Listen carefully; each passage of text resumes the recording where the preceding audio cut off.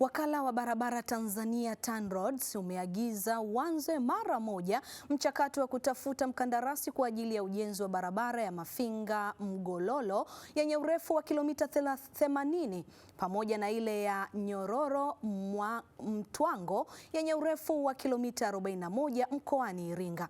Ni maagizo ya Waziri Mkuu Dr. Mwigulu Nchemba kutokana na malalamiko ya muda mrefu ya wananchi wa eneo hilo la Mufindi kuhusu ubovu wa miundombinu ya barabara. Tafuteni mkandarasi kilomita hizi 20 ambazo Mheshimiwa Rais alishazisema.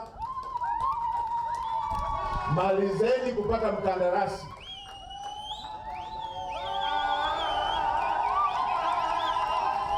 Hivi nikiondoka ndani ya wiki 2 mniambie mmeshampata mkandarasi.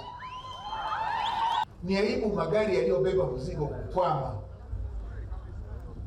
Magari yamebeba mbao ya kwani, na miaka yote tunajua tunazalisha mazao ya mbao, mazao ya viwandani.